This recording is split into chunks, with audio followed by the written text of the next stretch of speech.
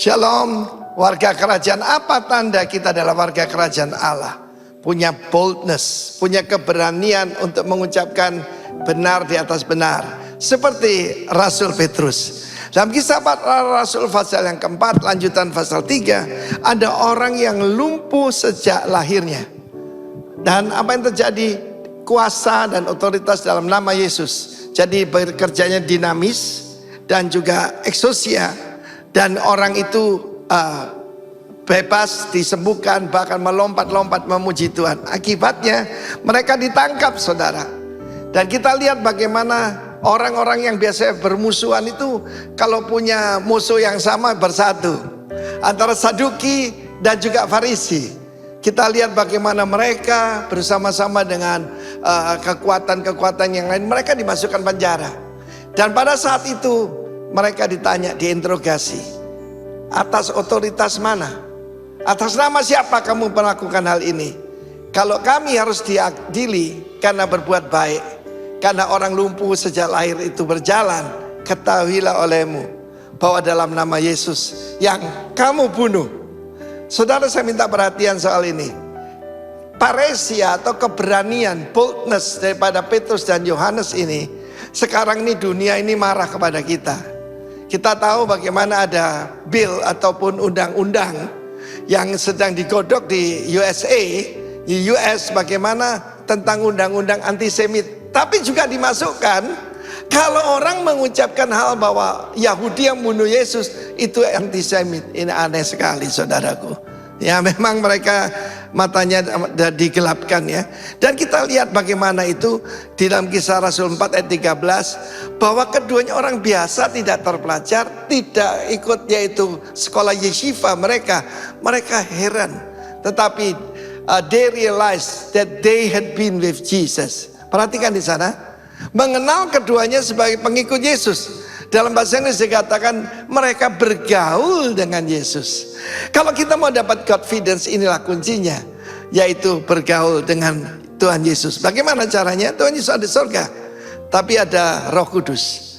Dengan kita bergaul dengan Roh Kudus, dipimpin oleh Roh Kudus, kita akan dapat keberanian. Saya masih ingat dalam hidup saya, satu hari saya menghadapi, saudara nggak perlu tahu, tetapi saya diancam dengan ancaman yang mengerikan.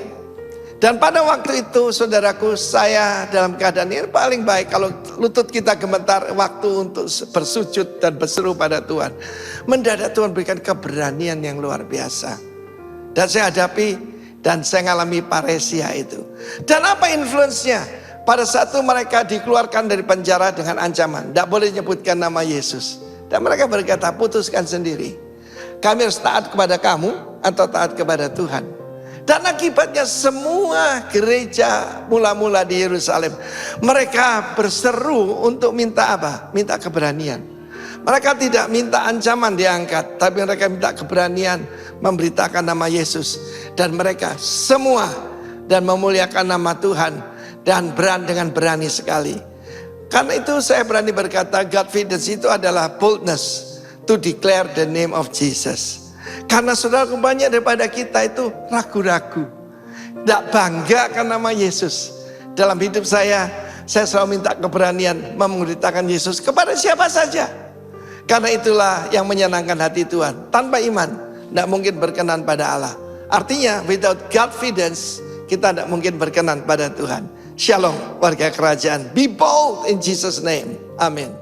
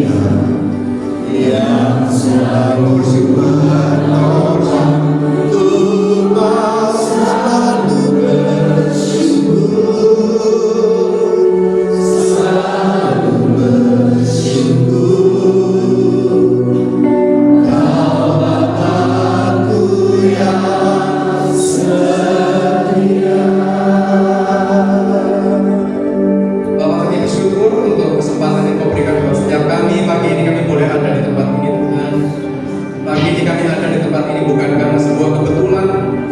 Kami tahu Tuhan punya rencana buat kami ada di tempat ini. Berbicaralah bagi kami Bapa, kami mau mendengar. Kami buka hati dan pikiran kami Tuhan untuk kabur kebenaran firman. Berbicaralah kami mau mendengar. Dalam nama Tuhan kami Yesus Kristus kami berdoa. Amin. Shalom, silakan duduk Bapak Ibu Saudara.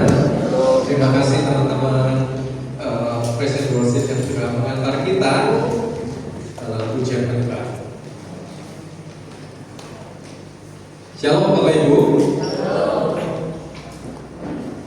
Ya, puji Tuhan hari ini saya ada di tempat ini Bapak Ibu Saudara. Terima kasih untuk Pak Leo, Pak Dom yang sudah berkenan mengundang kami di kesempatan pada minggu pagi ini Saudara. Bagi saya secara pribadi ini adalah saya sudah nggak ke Banyuwangi itu udah ber-30 tahun Saudara. Saya tadi bilang dengan Pak Dom, Pak saya ini kalau nggak diundang Pak Teo hari ini saya mungkin sampai 50 tahun yang akan datang saya nggak pernah ke Banyuwangi lagi Pak. Saya ke Banyuwangi 30 tahun yang lalu Saudara bersama almarhum bapak saya mengunjungi Banyuwangi, kemudian ke Bali gitu. Tapi kalau lihat Banyuwangi hari ini itu berubah luar biasa Saudara ya, perkembangannya sangat luar biasa dan saya bersyukur untuk kesempatan yang diberikan buat kami hari ini. Nama saya Rinaldi Rizal, Bapak Ibu Saudara. Saya berasal dari kota Surabaya.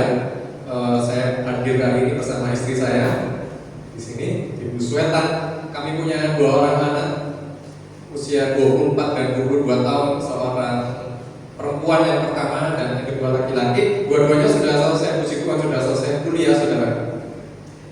Dan hari ini saya akan membagikan kebenaran firman sesuai dengan apa yang sudah kita sampaikan yang disampaikan oleh Pak Timotius Arifin, Pak para senior tentang confidence and influence. Bagaimana kita harus memiliki keyakinan akan Tuhan agar kita ini memiliki pengaruh Saudara. Influence itu kan pengaruh Saudara ya, bahasa Indonesia-nya Saudara ya. Confidence and influence. Dalam terjemahan lain kata confidence itu sebetulnya juga ada terjemahan lain Saudara. Banyak teolog mengatakan confidence itu adalah kesadaran untuk mengetahui bahwa segala sesuatu itu ada dalam kendali Tuhan. Amin Bapak Ibu. Jadi apapun yang kita alami dalam hidup ini itu ada dalam kendali Tuhan. Asal apa Saudara? Asal kita ada di dalam Tuhan. Confidence Tuhan akan ada dalam segala kendali dalam seluruh aspek hidup kita akan terjadi kalau apa Saudara? Kalau Saudara di dalam Tuhan. Tapi kalau Saudara ada di luar Tuhan, Saudara tidak akan pernah mengalami yang namanya confidence-nya Tuhan dalam hidup ini Saudara. Hari ini saya secara jujur Saudara ketika saya mendapatkan undangan surat dari GBI Rotenteng untuk melayani pada kebaktian pagi hari ini, saya jujur bahkan saya sangat berkati dengan ayat Filipi 4 ayat 13 ini. Karena saya kembali mempelajari Filipi pasal 4 ayat 13 ini Saudara, dan saya menemukan kebenaran yang menurut saya luar biasa di balik ayat ini Saudara. Saya mendapatkan insight pemahaman baru tentang Filipi 4 ayat 13 ini Saudara. Kita akan lihat Filipi 4 ayat 13 ini, tapi saya mau ngajak Bapak Ibu Saudara membaca dari ayat 11, 12, dan 13 ya. Kita baca bersama-sama supaya kita ada dalam posisi yang sama Saudara. Filipi 4 ayat 11 sampai 13, saya akan bacakan ayat 11, Bapak Ibu Saudara ayat 12, karena 13 kita baca bersama-sama ya. Setuju ya Bapak Ibu? Oke, saya akan bacakan Filipi 4 ayat 11. Kukatakan ini bukanlah karena kekurangan, sebab aku telah belajar mencukupkan diri dalam segala keadaan. Bapak Ibu baca ayat 12, 2, 3. Aku tahu apa itu kekurangan dan aku tahu apa itu kelimpahan. Dalam segala hal dan dalam segala perkara ada sesuatu yang merupakan rahasia bagiku.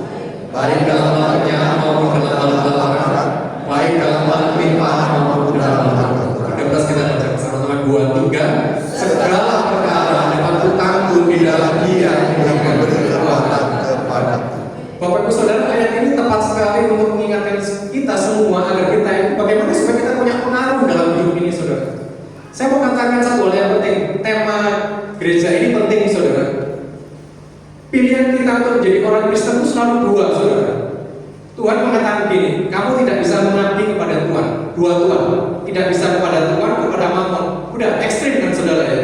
Yang kedua Saudara, ketika tema gereja kita hari ini mengajak kita memiliki pengaruh, itu juga cuma punya dua pilihan Saudara kita dalam hidup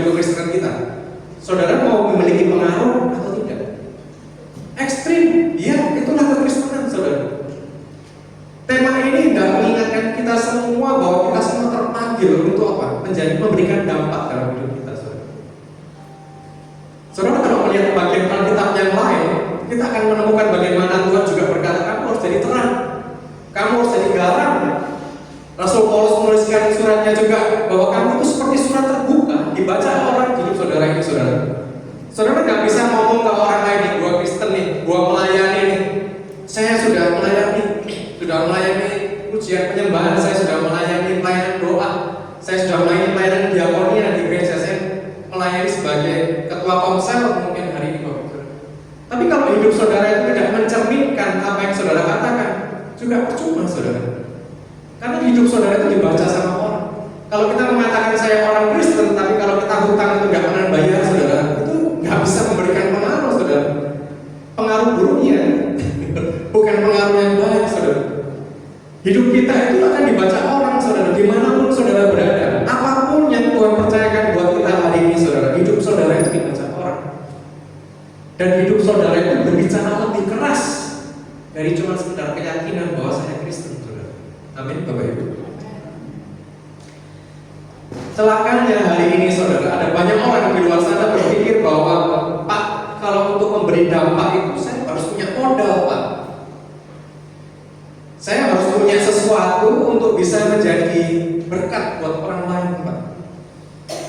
Saya harus berkecukupan, Pak, supaya saya bisa menjadi berkat buat banyak orang lingkungan di sekitar saya. Saya dulu, Pak, hari ini rumah masih kontrak, Pak. Datang ke gereja masih naik motor, misalnya apa, saya bisa memberi dampak. Saya mau katakan bisa, saudara. Bisa. Saya akan mengajak saudara untuk sedikit kembali melihat di manakah kota Filipi itu, saudara, supaya kita punya gambaran apa yang terjadi dengan jemaat Filipi ini, saudara.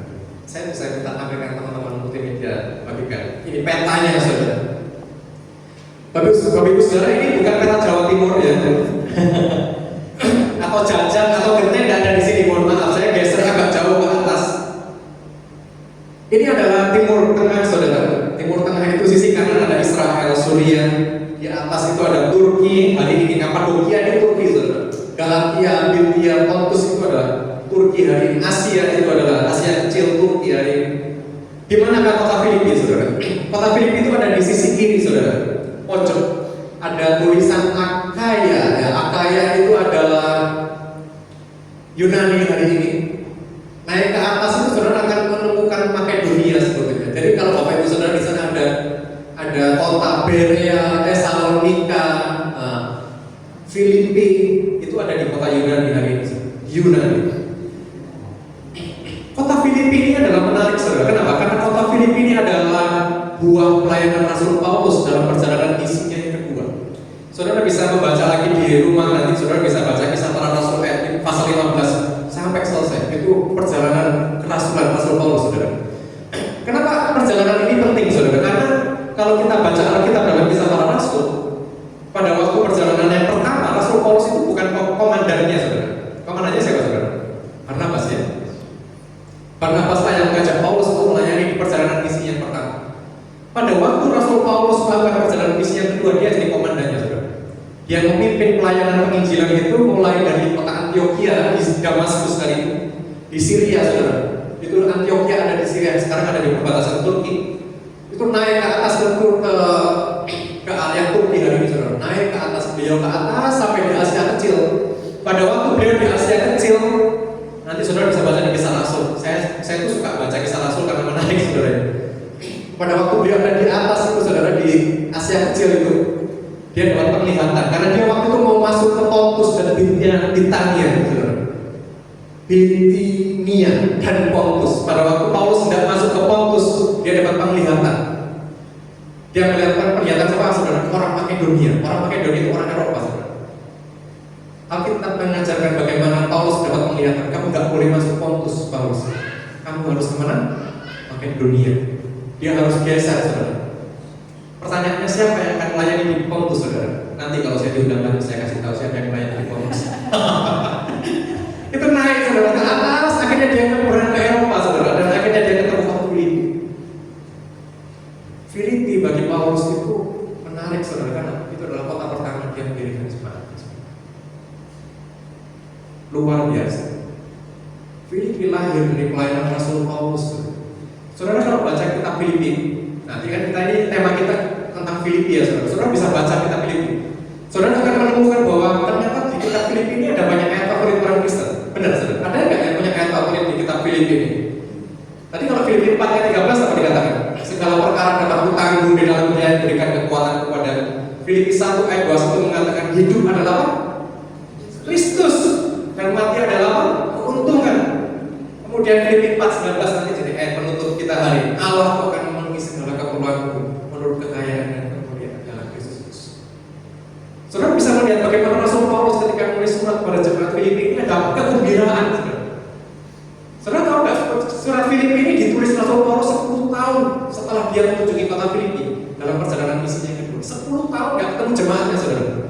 Kemudian beliau menuliskan surat ini. Ada sebuah kegembiraan dalam diri Rasul Paulus ketika menuliskan surat ini. Ada rasa kangen, saudara. Jemaat Filipi ini dipuji Rasul Paulus, saudara, dengan luar biasa. Kenapa? Nanti kita akan masuk ke Filipi 4:13, saudara, sebagai penutup. Bisa dibantu buka teman-teman multimedia di dalam 2 Korintus pasal yang ke-8 ayat yang kedua. Saudara akan kalau baca lagi, saudara saya kasih PR banyak nih, baca Alkitabnya, Kisah Rasul. Nanti baca 2 Korintus pasal 8, saudara. Saudara akan membaca di dalam 2 Korintus pasal 8 ini Paulus sedang memuji jemaat Makedonia, saudara. Siapa jemaat Makedonia itu, saudara? Ada 3 jemaat Makedonia, Berea, Tesalonika, dan Filipi, saudara. Kenapa jemaat Makedonia ini dipuji? Karena mereka membantu jemaat Yerusalem yang sedang mengalami kekurangan, kelaparan, saudara, di abad pertama. Yang mengirimkan bantuan kepada saudara-saudaranya di Israel itu, saudara, di Yerusalem, itu orang-orang Yunani, saudara. Lewat beberapa orang mereka mengirimkan utusan ke Rasul Paulus, ke Antioquia, dan juga kepada Yerusalem untuk memberikan bantuan uang kepada jemaat Yerusalem. Dan mereka dipuji Paulus.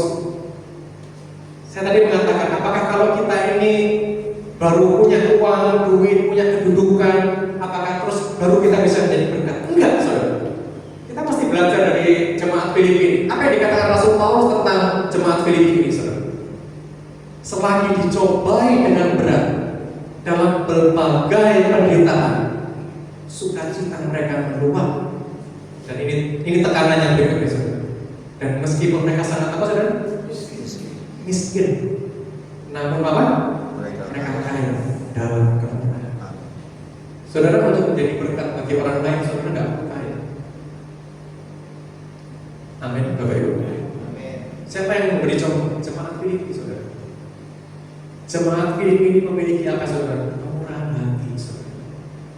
Tidak kikir, tidak pelit, saudara. Ini kembali lagi kan ekstrim nih. Kristen ini suka memberi atau pelit, saudara. Nah, saudara jangan milih pelit, saudara, karena saya kasih tahu saudara ya. 1 Korintus pasal 6 ayat 10 mengatakan orang kikir tidak mendapat bagian dalam kerajaan Allah, saudara. Amin. Amin, Bapak Ibu. Ini kingdom of God, gereja kita ini kingdom of God. Tidak ada orang kikir di gereja ini. Amin, Bapak Ibu. Amin. Saudara harus punya hati, saudara. Saudara harus punya hati untuk nolong tetangga saudara. Saudara harus punya hati untuk nolong teman-teman kita seiman di gereja ini. Saudara tentu juga harus punya hati untuk apa? Mendukung pekerjaan Tuhan di gereja ini, saudara. Saudara di sini bukan kebetulan, serius, saudara. Saya mau kasih tahu saudara, dalam kingdom of God ini tidak ada orang kikir, saudara. Tidak harus punya duit, saudara. Tidak harus. Tapi saudara bisa dukung dalam doa. Saudara bisa mendukung dengan tenaga apapun yang mau percayakan hari ini kita bisa berikan orang lain, berikan, saudara. Kok bisa, saudara? Jemaat Filipi ini murah hati. Apakah mereka baik-baik saja keadaannya, saudara? Menurut saudara gimana? Baik-baik yang kira-kira keadaannya orang Filipi, saudara? Tidak. Alkitab berkata begini, Filipi di dalam 2 Korintus 8 tadi, bisa dibuka terus ya. Coba saudara lihat kata ini. Selagi dicobai dengan apa, saudara? Berat. Saudara tahu nggak beratnya itu bagaimana, saudara? Jemaat Filipi, saudara. Apa nggak punya uang untuk makan besok? Apakah karena uang kontrakannya nggak ada karena harus perpanjang uang kontrak rumah mereka nggak punya duit? Enggak, saudara. Lebih parah dari kita hari ini. Saya kebetulan 2 minggu yang lalu berkesempatan mengunjungi gereja Pulang-Pulang di Turki, saudara. Kami mengunjungi beberapa titik di mana gereja Pulang-Pulang itu ada di Asia kecil, saudara. Kebetulan saya pergi bersama teman-teman, gitu ya. Dan ada seorang teman saya orang Batak, saudara, temannya Kak Owen, orang Batak, orang Jakarta. kami masuk dalam sebuah kota bawah tanah di Asia Kecil, saudara, Turki hari ini. Kita mengunjungi rumah gereja Purna hari ini, saudara. Teman saya ini yang orang Jakarta ini, dia orang Batak, saudara. Dia ngomong, kalau aku adik pertama ini Pak, sudah murtad aku Pak. Karena dia orang Batak, sudah murtad aku ini Pak, dia bilang. Kenapa? Karena jadi orang Kristen di abad pertama itu pilihannya cuma dua, saudara. Ikut Yesus atau mati, saudara. Saudara ditaruh pedang nih di leher saudara. Karena kekristenan itu jadi musuh Kaisar Roma, saudara. Ditaruh pedang nih di leher saudara. Yesus atau Kaisar Roma? Pertanyaannya gini, siapa yang jadi kurios? Saudara? Kurios itu kata Tuhan dalam perjanjian baru menggunakan kata kurios. Kurios itu artinya tuan. Nah, kata kurios itu di abad pertama itu ditujukan kepada siapa, saudara? Kaisar Roma. Sebelumnya adalah bukan Kaisar tapi Alexander the Great, saudara. Alexander Agung yang mendapat gelar kurios itu. Kemudian ketika Romawi menang atas kerajaan Yunani, maka yang jadi kurios itu adalah Kaisar Roma. Kamu pilih siapa? Kaisar Roma, pilih siapa? Atau Yesus? Yesus. Jadi kalau dari Yesus, potong dengan kepalanya, saudara. Mati. Menjadi Kristen di abad pertama di gereja Purna itu taruhannya mati, saudara. Kita nggak pernah mengalami hari ini, nggak ada. Kita jadi orang percaya nggak ada yang kehilangan, nggak ada yang kehilangan, kan saudara? Kehilangan apa? Harga diri nggak, kehilangan rumah nggak. Jadi Kristen di abad pertama itu apa, saudara? Kehilangan segala sesuatu, saudara. Kalau kita membaca kata Paulus selagi dicobai dengan berat, saya katakan berat, saudara. Jadi Kristen itu kehilangan nyawa di abad pertama. Tapi kita nggak punya spirit itu hari ini, saudara. Dan kalau kita baca kitab Alkitab, saudara, jemaat di Makedonia ini menarik, saudara. Kalau kita bicara Filipi itu suka memberi karena murah hati. Yang kedua Berea, nanti saudara baca lagi Alkitab, itu suka baca firman. Tesalonika lebih hebat lagi, saudara. Tesalonika itu cuma kerjaannya, saudara. Menantikan Tuhan datang 2 kali, saudara. Seperti gereja Pentakosta awal di Indonesia, awal masuk gerakan Pentakosta. Itu kan lagu-lagunya selalu menantikan kedatangan Tuhan. Tak lama lagi Tuhanku akan datang. Itu kan Pentakosta lama, saudara. Lagunya itu terus mengajak orang mati, saudara. Pada Pentakosta lama itu, saudara. Sampai akhirnya beralih ke gerakan karismatik. Tapi spirit Pentakosta itu sama dimiliki oleh jemaat.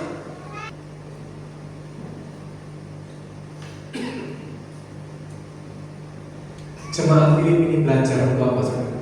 Mencukupkan diri dalam segala keadaan.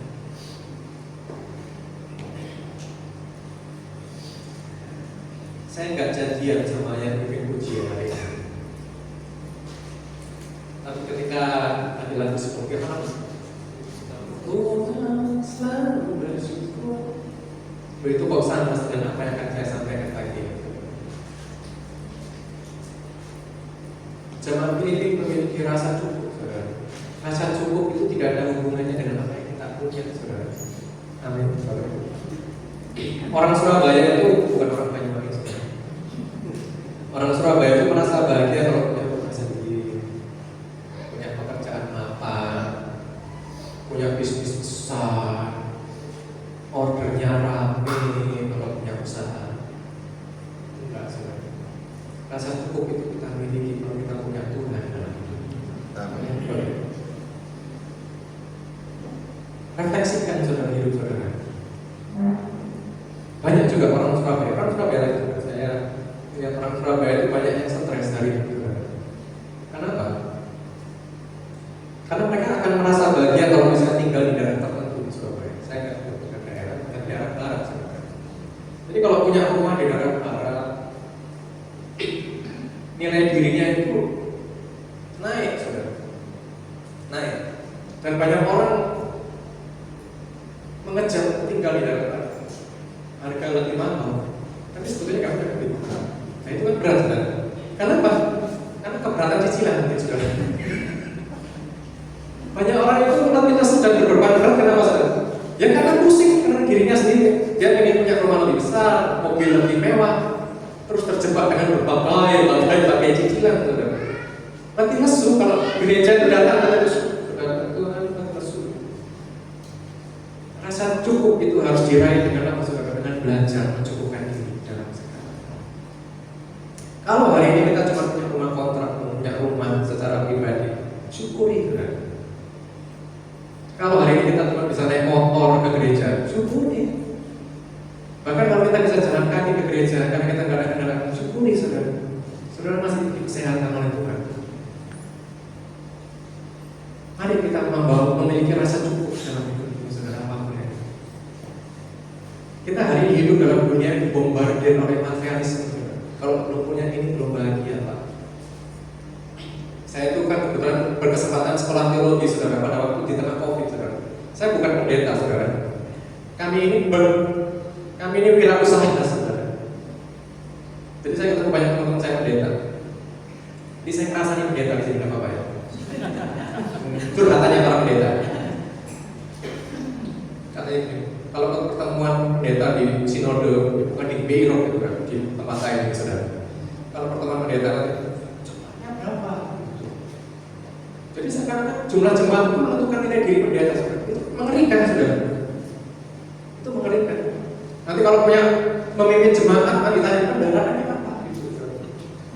Nah, kalau bisnya nggak apa-apa, kendaraan aja. Saudara, materialisme sedang membombardir hari ini dunia, termasuk gereja, saudara. Dan itu mengerikan. Saudara terus pikir nggak? Selama saya sudah menyampaikan firman hampir 20 menit, Pak, terus apa hubungannya dengan Filipi 4 ayat 13? Segala perkara dapat kutanggung di dalam Dia yang memberikan kekuatan kepada. Saya bisa bantu teman-teman FM balik ke Filipi 4 ayat 11 sampai 13. Saya kembali mengulang statement saya di awal. Saya berkati dengan tema ini, Pak. Setelah saya belajar, saya membaca Alkitab. Ya kalau Alkitab itu kan kalau orang teologi biasanya dieksegesis, saudara. Dilihat kembali ayat dalam teks aslinya. Saudara, selama ini di pikiran saya nih, di pikiran saya sebelum saya terima undangannya Pak Bumi, segala perkara itu apa yang di dalam benak saudara? Apa yang ada di dalam benak saudara? Keliling dunia, kaya raya, terkenal, promosi jabatan, apa saudara? Punya rumah baru, cita-citanya tercapai, itu ada di benak kita, benar? Benar nggak? Apa saya aja yang salah ini? Apa itu segala perkara, saudara? Saudara, waktu saya lihat teks aslinya, kata segala perkara itu menggunakan kata Yunani pas. Woi, kok bisa pakai bahasa Indonesia? Pas pengen ini, apa? Pas pengen ini, gitu, apa? Bukan, saudara. Tapi kata pas itu menarik. Kata terjemahan yang lebih tepat. Saya tidak mengatakan penerjemah LHI bodoh-bodoh, saudara. Karena sampai hari ini saya masih mengikuti kelas-kelas para penerjemah LHI itu hebat-hebat, saudara. Ada Pak Pascal Skadrin, ada Pak Anwar, dan beliau itu luar biasa hebat. Kata segala perkara itu dalam terjemahan yang lebih tepat adalah atas semua itu. Kata segala perkara itu diganti yang lebih tepat atas semua itu dapat kutanggung di dalam Dia yang memberi kekuatan kepada. Apa atas semua itu?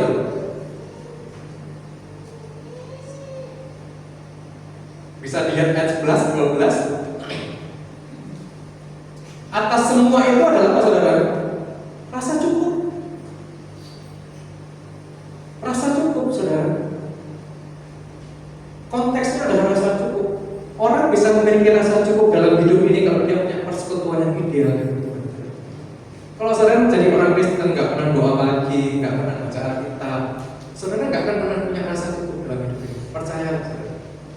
Rasa cukup itu diraih Rasul Paulus. Dia mengatakan, saudara, ayat 11, "Ku katakan ini bukan karena kekurangan, sebab aku telah belajar mencukupkan diri dalam segala keadaan." Ayat 12, "Aku tahu apa itu kekurangan dan aku tahu apa itu kelimpahan." Itulah, saudara, segala perkara, saudara. Persekutuan yang intim dengan Tuhan akan membuat saudara punya rasa cukup. Saudara nggak akan menyesali masa lalu saudara yang kelam, enggak. Saudara nggak akan kecil hati menghadapi tantangan hidup hari ini karena saudara punya rasa cukup. Karena saudara punya Tuhan dalam hidup ini. Rasa cukup akan membuat kita memiliki kemampuan beradaptasi dengan segala situasi yang akan kita hadapi hari ini.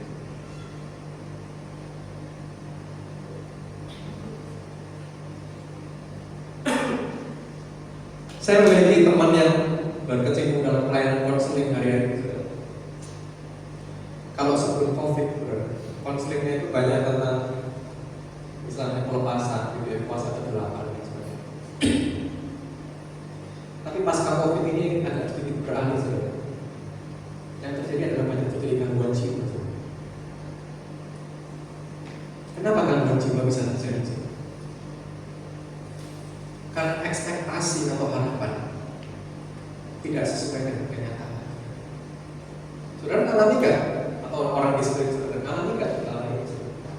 Harapan dengan kenyataan itu berbeda, saudara. Dan banyak orang tidak bisa melakukan apa-apa, kemudian terjebak dengan rasa stres sampai akhirnya depresi. Bahkan yang terakhir itu ada seorang atlet MMA, saudara. Atlet MMA di Bandung. Anda bayangkan ini orang yang secara fisik itu kan bagus ya, sehat begitu, bunuh diri, saudara. Rasa cukup akan membuat kita bisa menjadi yang pribadi yang bersyukur senantiasa kepada Tuhan. Amin, Bapak Ibu. Amin. Rasa cukup membuat kita akan menjadi pribadi yang bertanggung jawab dengan hidup ini. Amin, Bapak Ibu. Kalau kita sekolah hari ini, teman-teman, sekolah atau kuliah, saudara di sekolah saudara bersyukur, saudara bisa sekolah. Berapa persen anak-anak Indonesia yang bisa sekolah, saudara? Berapa persen anak-anak Indonesia yang bisa menyelesaikan jenjang S1? Sedikit, saudara. Sedikit. Kalau kita bisa sekolah anak-anak kita sampai kuliah hari ini, bersyukurlah kepada Tuhan, saudara. Anda orang istimewa itu di hadapan Tuhan. Tidak banyak anak-anak Indonesia yang berkesempatan. Kalau kita hari ini cuma merawat anak-anak di rumah, itu adalah tanggung jawab yang harus kita raih. Merawat anak-anak kita. Kalau Bapak Ibu bekerja, pengusaha, bisnismu itu adalah bisnisnya Tuhan, saudara. Bisnis itu adalah bisnisnya Tuhan. Tanggung jawab apapun yang dipercayakan Tuhan hari ini itu pekerjaan Tuhan. Libatkan Tuhan. Miliki rasa syukur. Makanya saya waktu sebelum present worship, sebelum firman nyanyinya kok mau selalu bersyukur Tuhan.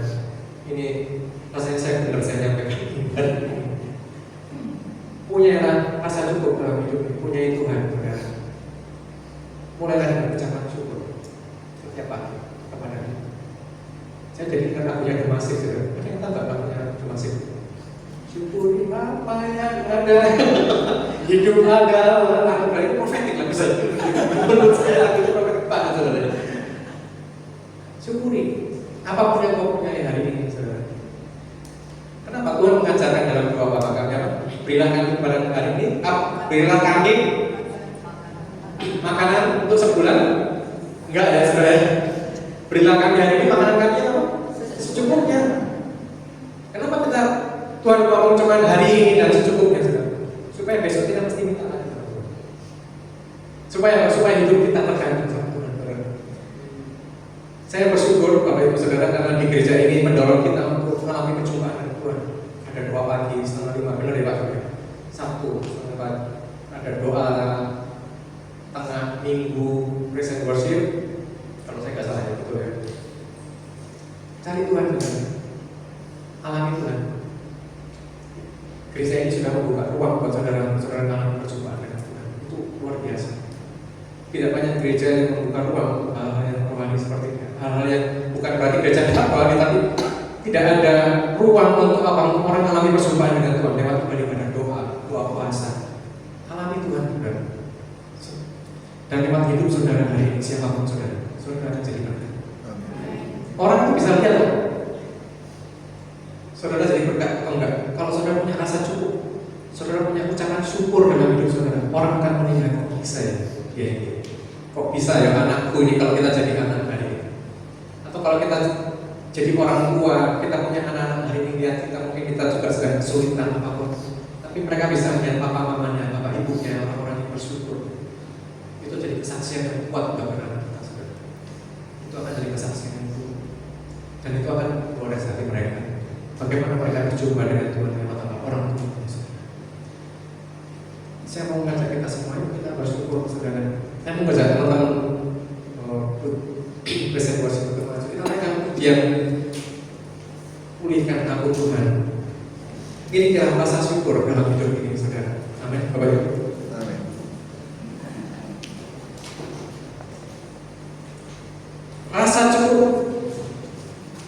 syukur bisa kita lakukan karena Tuhan yang memberi kekuatan buat kita.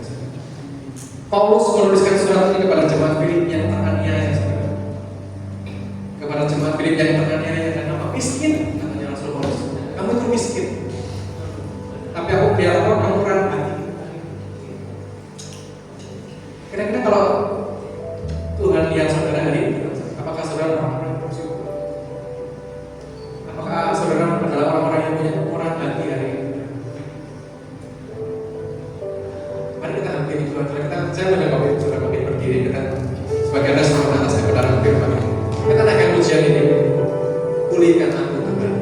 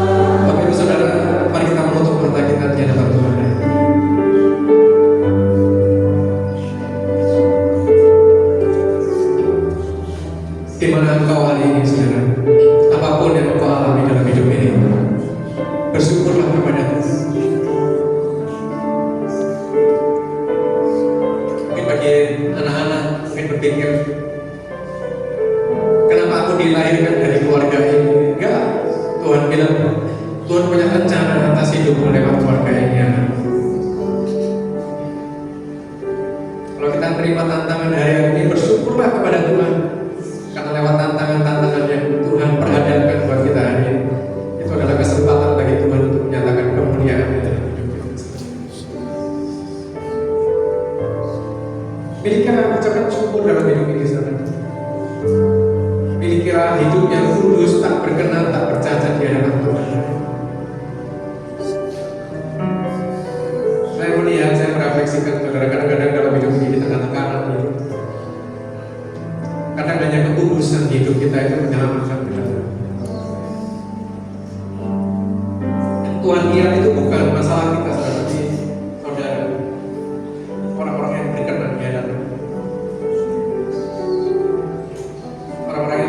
hadapan Tuhan itu tidak akan dibiarkan tergeletak, tidak akan pernah dibiarkan sendirian.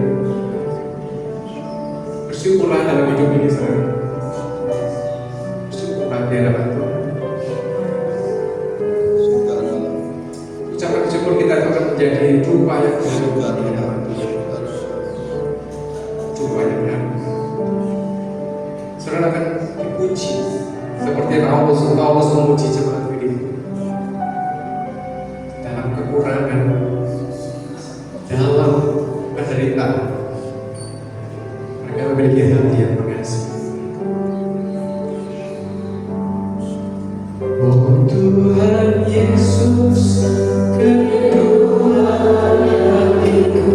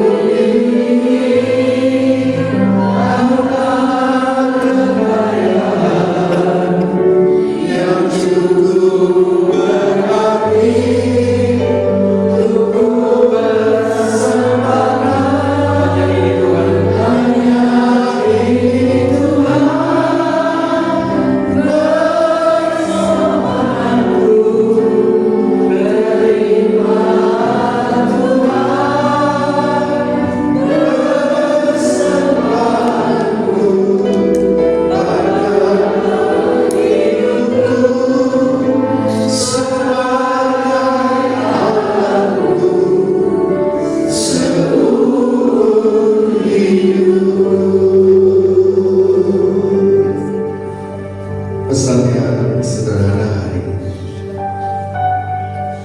yang mengingatkan kita bahwa kekristenan itu adalah sebuah pengorbanan. Kita belum seperti zaman para rasul yang harus mengalami banyak adanya menderita. Jadilah orang-orang Kristen yang memiliki kemurahan hati, yang saling mengasihi, terutama bagi sesama kita, menjadi berkat bagi keluarga kita. Terima kasih Tuhan. Terima kasih. Rasul baik berkati Pak Dina Lisa dengan ibu sekeluarga, usaha pekerjaan mereka, biarlah mereka terus memberitakan kabar baik di dunia marketplace. Pakai mereka lebih lagi berkati.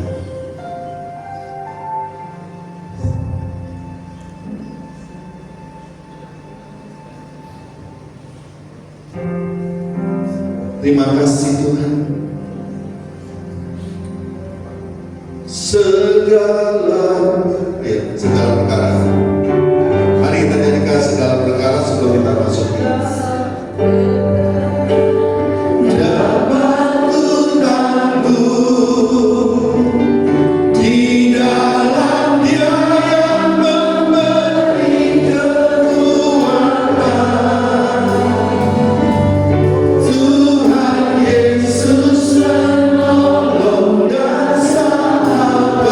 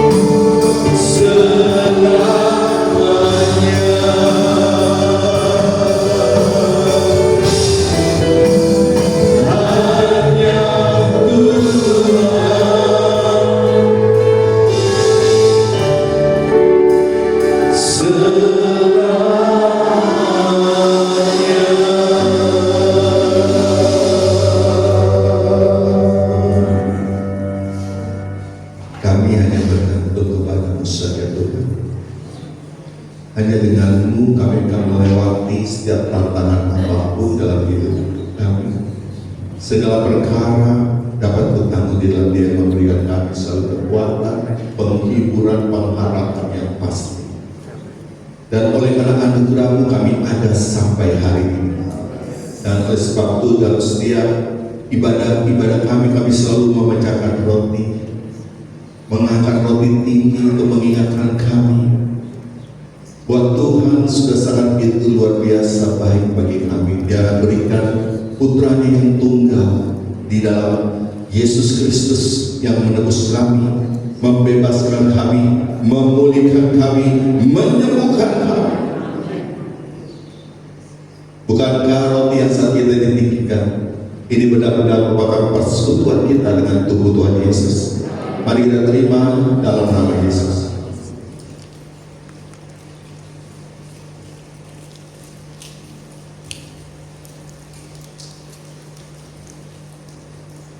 Dia sudah selesaikan segala sesuatunya untuk kita.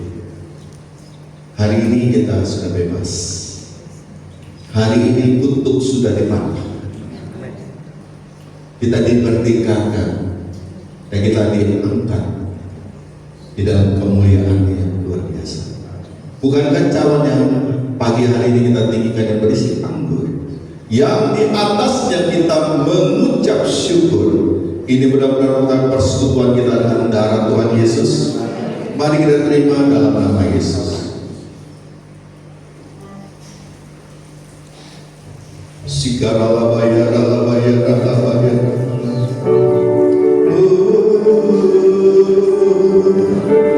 Oh, haleluya. Terima kasih Yesus.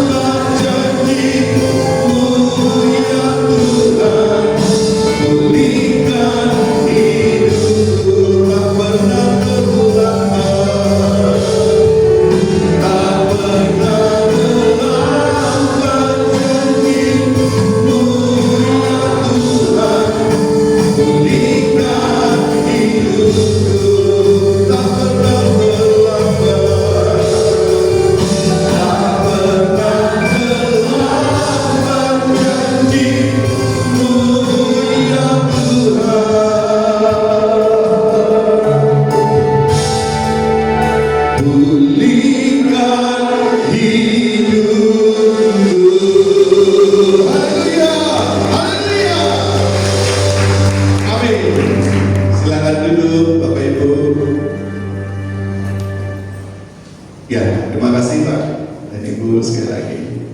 Silakan ya akan berdoa untuk persembahannya itu.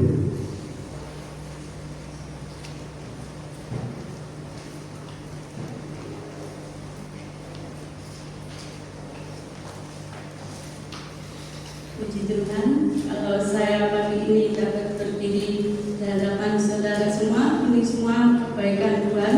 Kalau hari Rabu seharusnya kami berkumpul untuk menaikkan pujian penyembahan bersama. Kami kebetulan berdua, kami tensinya tinggi sekali, kami tidak bisa bangun. Kalau saat ini Tuhan memberi kemurahan itu karena Tuhan sangat baik kepada kami, sehingga kami dapat hadir di tempat ini saat ini dan berdoa. Mari kita bersyukur karena kasih Tuhan yang sangat besar. Haleluya. Sungguh Kau sangat baik ya Tuhan. Kasih-Mu sungguh besar dalam kehidupan kami ya Bapa. Kami benar-benar bersyukur karena Engkau Allah di dalam hidup kami yang terus memberi kekuatan dan kemampuan kepada kami. Bahkan Engkau memberi kekuatan dan kemampuan untuk kami dapat menanggung segala perkara ya Tuhan. Sebab Engkau Allah kami dalam kasih anugerah kami bisa Tuhan karena Engkau Yesus Allah kami. Terima kasih ya Tuhan karena kasih anugerah-Mu yang terus membawa kami untuk hidup terus dalam kebenaran-Mu ya Tuhan. Terima kasih Tuhan karena kasih anugerah-Mu. Saat ini kami membawa setiap persembahan kami di hadapan-Mu ya Tuhan. Kami percaya kasih anugerah-Mu sudah turun memberkati setiap persembahan kami Tuhan. Kami membawa persembahan pembangunan dan persembahan umum. Engkau Allah yang memberi dan memberkatinya ya Tuhan. Terima kasih ya Tuhan Yesus. Terima kasih. Engkau Allah sungguh baik. Kami benar-benar bersyukur dan bersukacita untuk membawa setiap persembahan kami hanya di dalam nama Tuhan Yesus Kristus. Haleluya. Amin.